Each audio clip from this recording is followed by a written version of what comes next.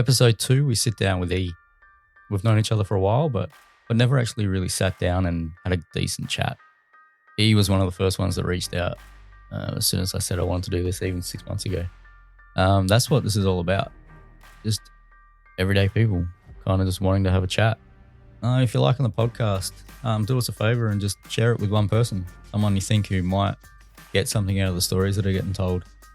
Kind of the one way that podcasts can get out there at the moment. So just that one share can mean a lot. That one person might need to hear just that one story for the day. It might be the thing that helps them get through exactly what they're going through. So once again, thanks E for jumping on, and hope you all enjoy. All right, so we are in Barbers Bro with Eli. So I wanted to do this podcasting about 6 months ago, and you were the first one that reached out and said you wanted to do it. And then every time I've asked, you've said the same thing. So here you are. You're it.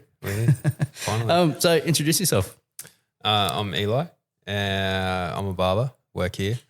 Cutting hair. It'll be 9 years this year. Yeah. So why barber? Why barber? I finished year 12 and all I wanted to do was be a rock star.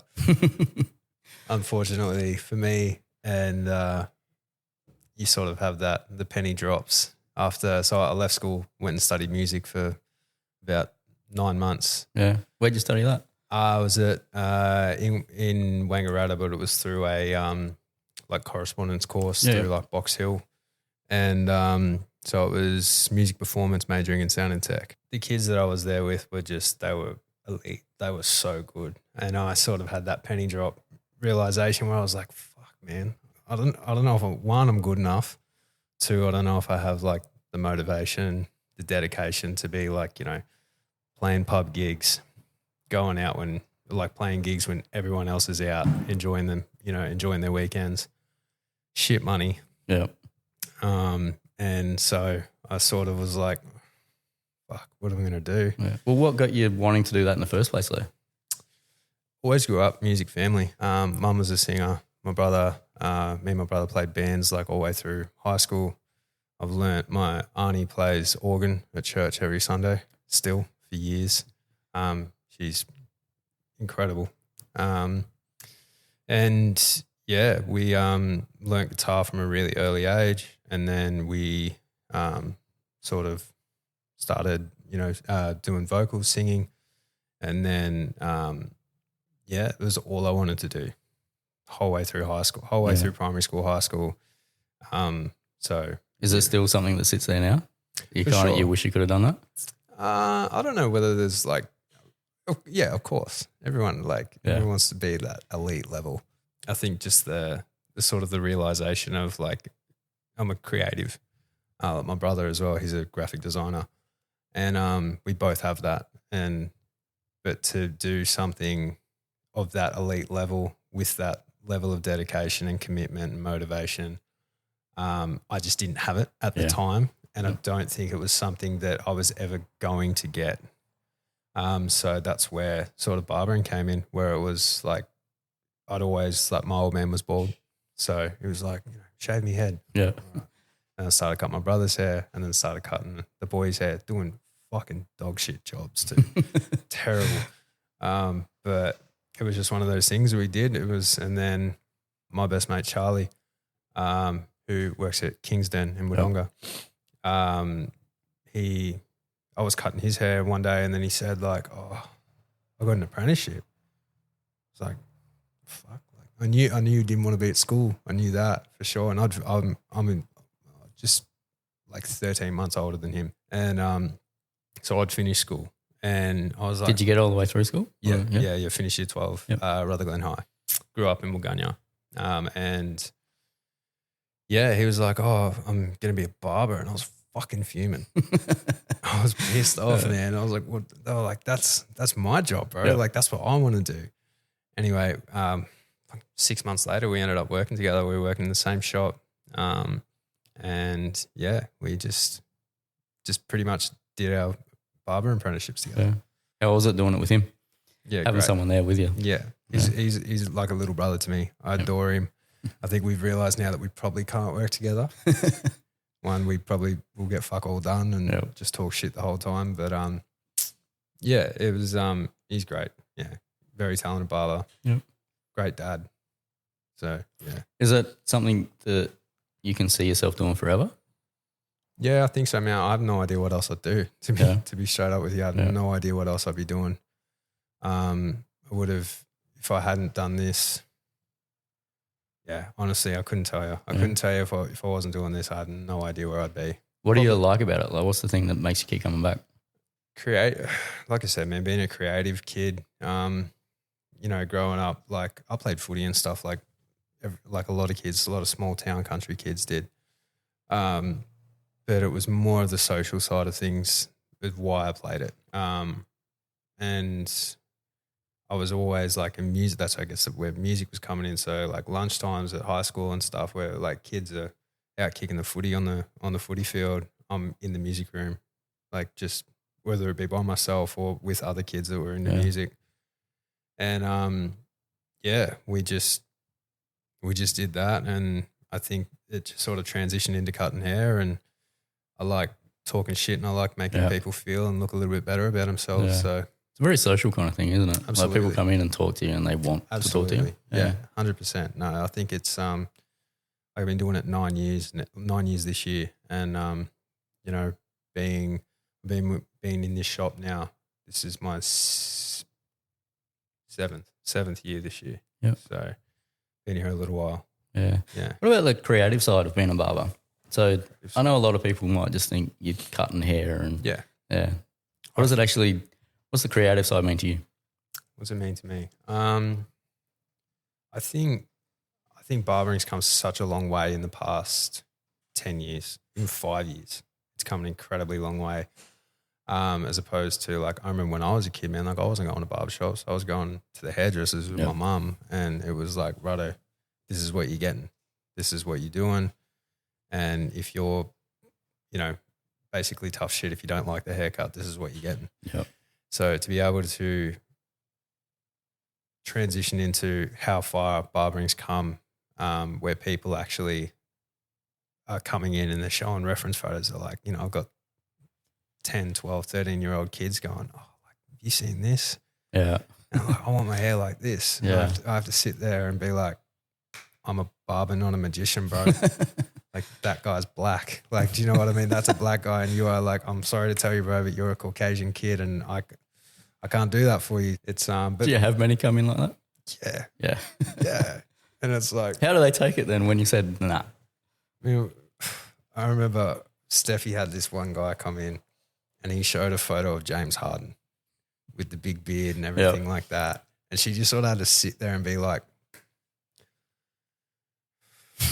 like, do you know what I mean? Like, what do you do? Like, so, but it's cool. There's being in it and being like, all right, well, we can't do that. That's not achievable.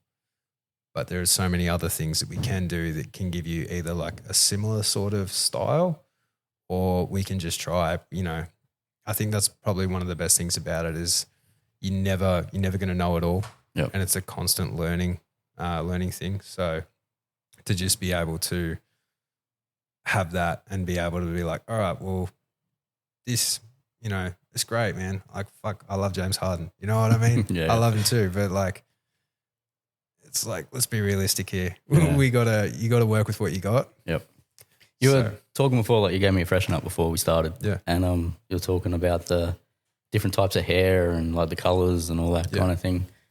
I don't think many people understand that there's that much involved Absolutely in being it. Yeah. So for sure. With how long you've been doing it, like how much more have you got to learn? I think because barbering is constantly evolving. Yep. There's always the next thing, the new thing. And I think to the point, if you're going to get to the point where you feel like you know it all, then it's probably time to hang it up. Yep. So it's just one of those things, man, where we, you know, it's never going to be the thing where, you know, obviously no one's going to come in with like a different density or a different sort of like that, you know, after doing it 9 years, I've seen such a wide variety of different cultures and you know, colors and densities and all that sort of thing. But it's just sort of learning and adapting to different ways, because like my sort of technique that I do on a kid who is just a local kid, you know, he's from here, everything like that, might not work on somebody who is, I don't know, say like Italian, for example. Yep. So much like their hair is so much thicker, it's coarser, it's darker. There's just different techniques and stuff like that. So it's just being able to adapt to that and realizing, say, maybe you did a haircut on a guy, an Italian guy, on a technique that you would normally do on someone else, and it's like didn't work out the way that you wanted it to, just for example too. And it's, you know, then next time they come in, if they come back in, that's one of the things. You're like, oh, I'll see you next time. And then you don't see him again for fucking 18 months or never again, you know? So first impression obviously is important.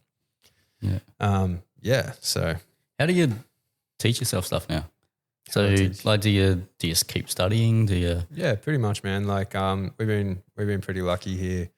One of my all-time favorite barbers is from the States, Shane Nesbitt. He owns Shane's Barbershop. I think it's in San Mateo in California. Yep. He came over here, well, not here, he was in Melbourne, and he did like a guest spot, a look and learn, everything like that.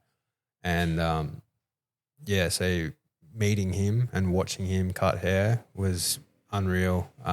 There's also Tim from Paragon in Melbourne. He's an incredible barber, someone that I look at his haircuts. There's a lot of guys, especially in Melbourne, a lot of young kids here that are living in the area now that are, you know, in their second, third year of their apprenticeship. Yeah. Super, super talented. So it's that constant sort of, I hate to say comparison, because I think probably comparison is one of the biggest killers of joy. Mm-hmm. But, you know, seeing kids and it's like, fuck, these young kids are like, they're smoking some haircuts. Like they really are. So it's like being like, all right, I have to be on my shit. I can't just let it slip. So.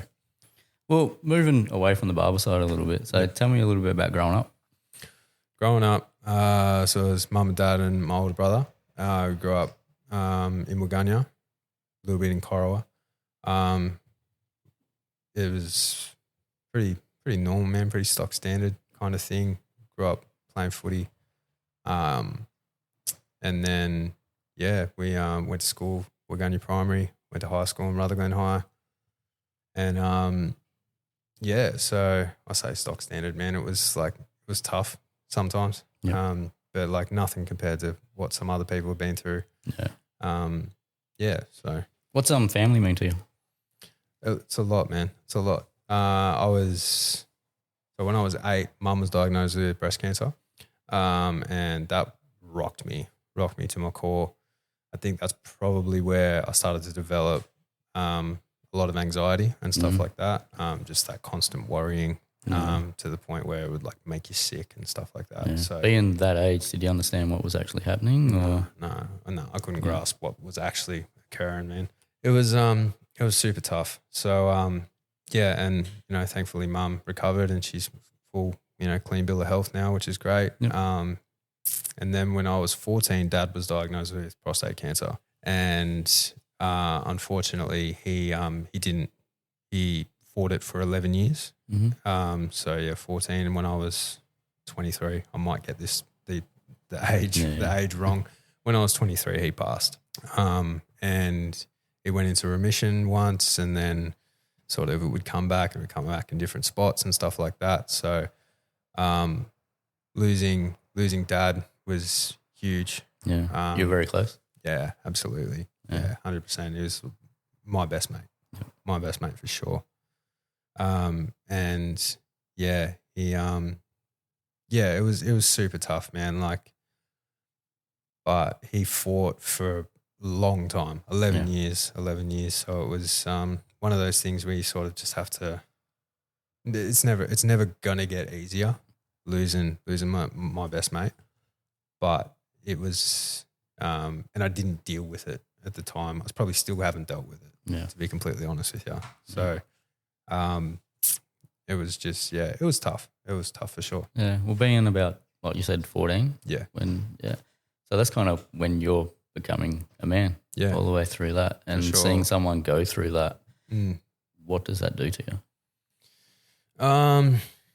I wasn't. Yeah, I didn't deal with, especially when I was younger. I guess I would just sort of go into a little bit of a shell. Became a little bit more of a recluse and just sort of kept to myself a lot of the times. I still like to, go out and enjoy myself and spend time with mates and do all that sort of stuff. But I guess that was sort of almost like a Band-Aid solution to sort of keep me from what I was actually sort of running from, I guess. And then as I got a bit older, man, I turned to drugs. Yeah. So what kind? I was a big weed smoker. Yep. Big weed smoker. And pharmaceuticals. So I was like, unfortunately, man, like Dad, he was obviously in a lot of pain. He had a lot of painkillers and stuff like that. And it wasn't, definitely something that I'm not proud of. And but it was like, he's got that, he's not taking it at the moment, so I'll like take a couple, like whether it be endone, Lyrica, tramadol, that sort of thing, man. So, and that was just, I think it was just like a sadness thing, dude. Like obviously I was upset about the situation. I was upset with myself. Yeah. I didn't like myself. I probably still don't really. I'm getting there, I guess, but I guess I still deal with that. And just sort of something that I regret deeply. I can't change it now, unfortunately. It's just one of those things. Why those? Like what drew you to them? Was it the fact that they were just there? Yeah, they were accessible for sure. I guess it was almost like that numbing agent, even though I felt numb beforehand. Yeah. It was almost like a contradiction, but like to feel something because I was just sad, man. I was just like, and I couldn't get out of it. Couldn't get out of it at all. And it just turned me into a fucking zombie. Like just a mess, dude. So it was something that was accessible and ruined like a lot of close relationships and stuff like that. And so yeah. How long were you on that stuff for? Probably about 18 months. Yep. 18 months, yeah. So, and it was just one of those things. Like it got to the point where Dad was on like liquid morphine and shit like that. So some like pretty hectic shit. Yeah. But he didn't have any use for all this other stuff. So I was like, oh, I'll take those. Yeah. Do you know what I mean? Thinking I was like almost giving him a fucking hand, man. Instead, like I was just being a little dickhead. So, definitely again, not something that I'm not proud of. How old were you? 19, 20. Yeah. Yeah. Yeah. And then probably like by the time I was like 21, 22, around there, like there was probably a period of time where I stopped and then just picked it back up maybe like 6 months later. Yeah. Yeah. Why did you stop? I don't know. I really couldn't tell you, man. I really couldn't tell you whether it be like I couldn't find any. So it was like, oh, well, fuck. If I can't find any, then like I'll just go back to smoking weed. Yeah. And that'll just sort of be my next vice. No. It was always there. Weed, like I've always smoked weed. But yeah, it was, they say it's a gateway drug, man. And it's like, it is and it isn't. Everyone's sort of opinion on it is varied. It was, I used to smoke a fair bit and then I didn't go anything else. Yeah. Yeah. Yeah, exactly. That was it. Yeah. Yeah. So it was just one of those things, man, where again, it was, I like either I didn't have it or I did, but I always had something. Yep. I had something there to back me up. But if I had nothing, I was a fucking mess. Yeah. So how did life change after your dad passed away? It was I met my partner. Well, actually, no, I didn't meet her. We'd known each other for like fucking 9 years. But we got together and it was unreal to finally sort of find the person that, was gonna just stick it out and literally through the worst fucking time in my life too. Yeah. And yeah, she put up with a lot, probably to the point where like I wouldn't have ever blamed her if she said, no, fuck this, I can't do it anymore. Yeah. So Yeah, no, that changed, man. You know, we moved out together, and yeah, so that was massive. So around that, like you were just saying then, like through a pretty messed up time. So yeah, that time was pretty screwed up for you. yeah, 100%, man. Yeah, like I guess that helped a lot. Yeah. That helped a lot through a time where I was it was a whirlwind, man. Like I didn't know which way was up a lot of the time. And I think in that time, like I was still smoking weed and I sort of stopped the other sort of stuff, probably dabbled like a little bit, but just became a full sort of just bonghead, bro. Like just fully just launched into that. And then started taking Xanax as well. And Xanax, like every drug's fun, but there comes a time where it's like you're sort of taking the piss with it. Yeah. So, and that was just to make me sort of not think about stuff anymore, man. Yeah, to sort of just try and block it out as much as I could, because obviously I wasn't dealing with the fact that I'd lost my dad. I was just trying to cover it up, and Kate, she made me sort of, you know, made me realize it's like, no, there's stuff that you have to deal with.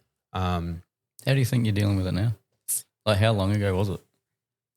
Dad died 5 years ago this year. Yeah, so I was 23. I'm 20. Turned 28 in Jan. So yeah, I think I'm. I wouldn't say I'm at peace with it, man. I've got a lot of work to do. Mm-hmm. I didn't grieve. I didn't grieve like I should have. Yep. And I know that. I know I've still got a lot of work to do in that sort of aspect of it all. But I feel like I deal with it better than what I did, say 3 years ago. Yep. Yeah, it's still there. It still hurts. Like, fuck, man, I'd love to have my dad still around. Yeah. What are some of the good memories you remember? We used to have every Monday off together. Like we work Tuesday through to Saturday, and Dad had got to the point where he couldn't work anymore because he was too sick. We used to have every Monday to get Monday off together, man, and we would just spend the day and we'd watch. Obviously, over here it was Sunday night football in America, but it was on like I think it was Channel 7 or something like that. They would put the NFL games on, and we would sit there and watch it, and we would have. You know, we'd go and get like a jelly slice or something. It's just something silly, man. Like, and it was little things like that, and making this fucker copious amounts of cups of tea because that's all he could drink, and that's all he wanted was just like, make us another cup of tea. What was his favorite tea?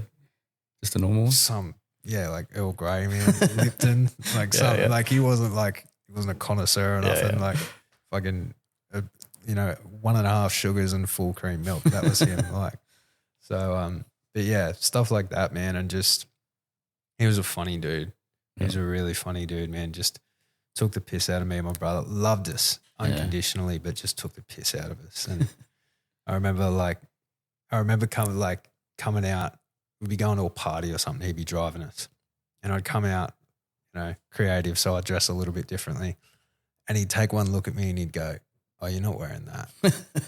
And I'll just like, as a kid, man, when you're like 13, 14, 15, however old you are, and you're like, "Oh, I'm gassed about this party." And then your old man just fucking takes you down some pegs like that right before you're about to go.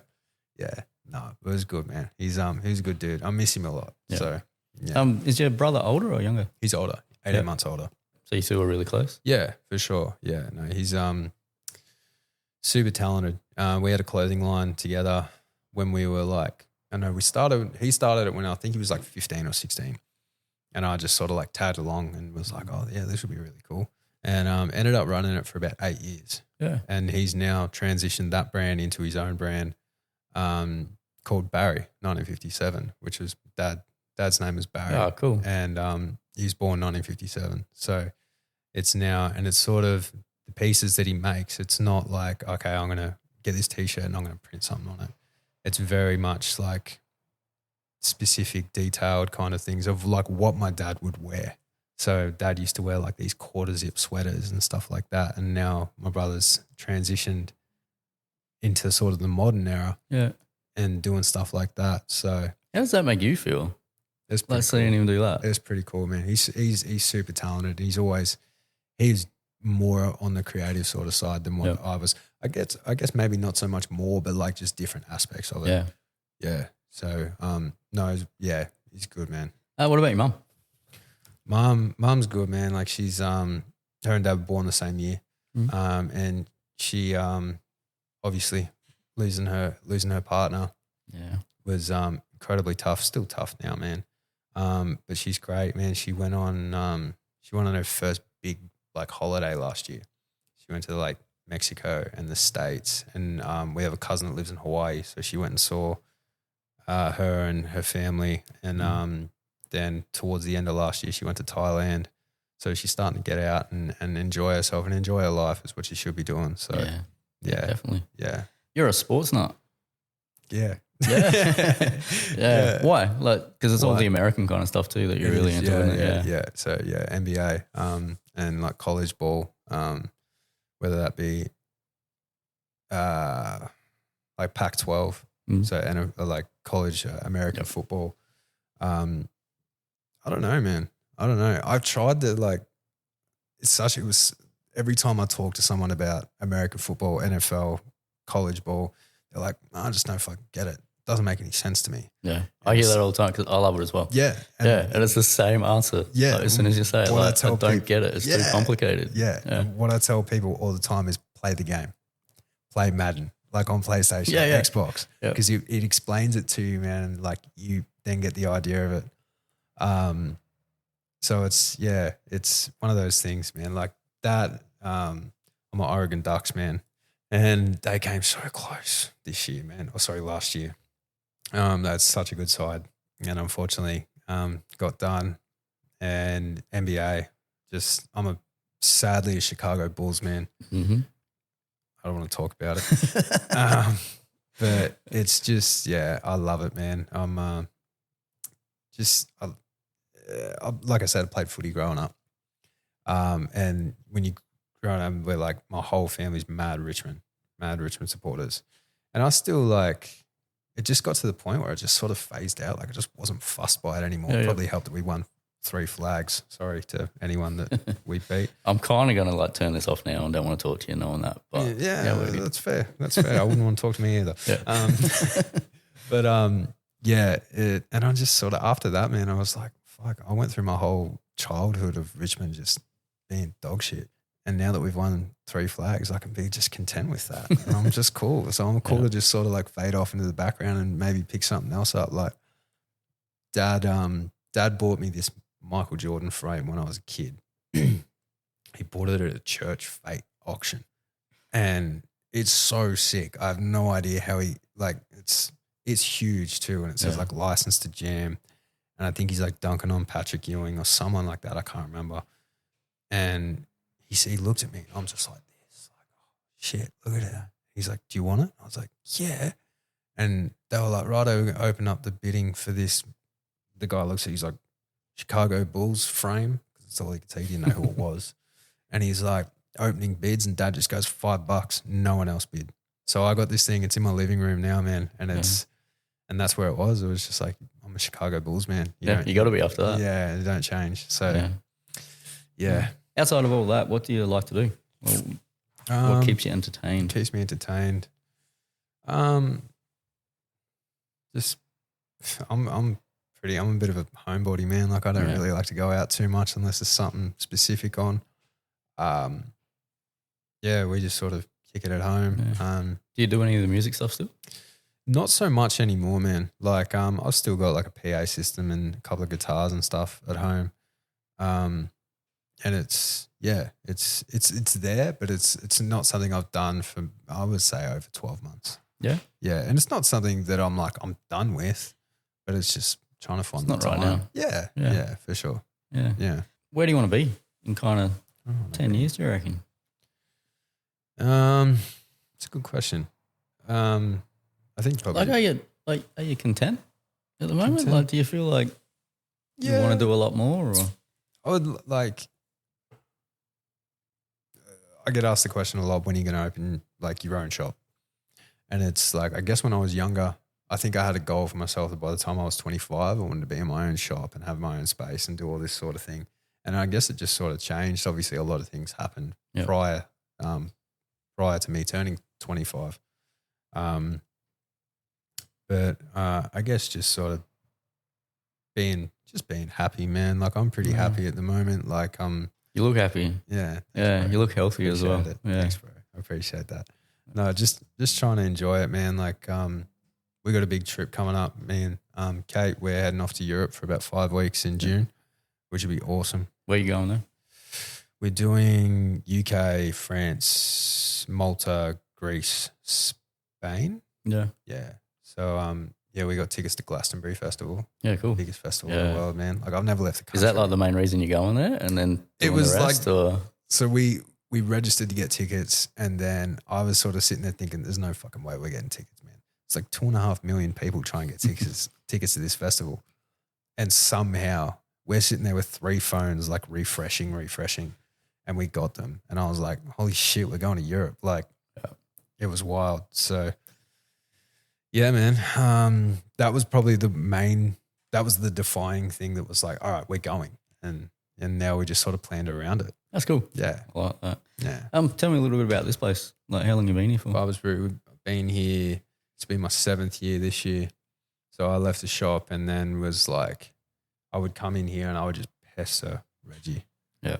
And he was like, I haven't got a space for you. I haven't got a spot for you. And I just kept coming in, just annoying the fuck out of him. And prior to so whilst I was sort of like at him, I was working at a shop, or doing a little bit of work for Brie McCall. She owned a hairdressers in town called Milk. So she gave me an opportunity to be in a space and make a little bit of money. And it was great. And then, eventually Reggie put me on here part-time. And it was when Ethan Bailey and Steph were all here. And they got put on. And then Baz ended up leaving, moving to Melbourne, opening a shop that he's in. And Reggie hit me up and said, do you want to be full-time? I said, yeah. So, and I've been here ever since, man. Yeah. If you had, like before you were saying that opening your own shop's not really like the thing at the moment. Yeah. If you could though, what would you do? How would it be? Like, because you're creative. Yeah. You have to have that vision in your head. I don't know, man. I really don't. Like it would be, Reggie's got this whole man cave thing sort of down pat in here. So I don't think I like it in here. Yeah, I know you do. Yeah. I know you do. So I think I'd potentially go a little bit more of a different avenue. And no dig on him. This is just what he's into. Yeah. You know. And I've sort of like coerced my own sort of corner over there. Bullying him into painting the walls and shit like that. Yeah. And it's just coincidental. There's a Michael Jordan frame there. I think I don't know really what I'd do. I have no idea, man. I haven't obviously I had these ideas fucking when I was like 21. 7 years later, I guess your taste changes and things like that. So yeah. Cool. Well, we're coming up to kind of time because we're trying to keep this short. But yeah. I really appreciate it, man. Thanks, bro. I appreciate you reaching out when you did too, right at the very start. I got you, and kind of keeping me motivated to do it. Yeah, for sure. Yeah. No. But we'll have to do this again, definitely. Absolutely. I'm down. You cool. let me know. Now, if people want to follow you, want to book in, how do they do it? So you can either call the shop. So it's the Barbers Bro on Instagram or Facebook. I'm sure our numbers are on there. And me is eJeezy on. I fucking hate saying that. I need to change my You can't say it out loud. I need to change my handle, bro. So it's 2 E's, GEESY. Yeah. Why? Why'd you pick that? eJeezy's a rapper in the States, and I've always wondered that. Sounds so fucking every lame, time you've sent me a message, I kind of look at what it. The fuck is eJeezy? No, and it's like, he's one of my favorite rappers, and I was like, in my Instagram bio it says it's like eJeezy but with E's, and I'll put E's like EASE. Yeah. So I love it. Yeah. people can work that out. I don't know, man. Cool. Now, if you don't follow him because of that, that's kind of don't follow me. You have to follow now. Yeah. Yeah. Awesome. Well, it's been cool, man. Thank you. Bro. I appreciate it. Thanks, E, for sitting down, having a chat. I really enjoyed that one. It was good to get to know someone that I've known for a long time, and to finally sit down and hear what he's all about in his own words was really cool. If you want to be a part of this, please hit me up. Let me know. This ain't going to stop anytime soon. So let's see how many stories we can actually tell.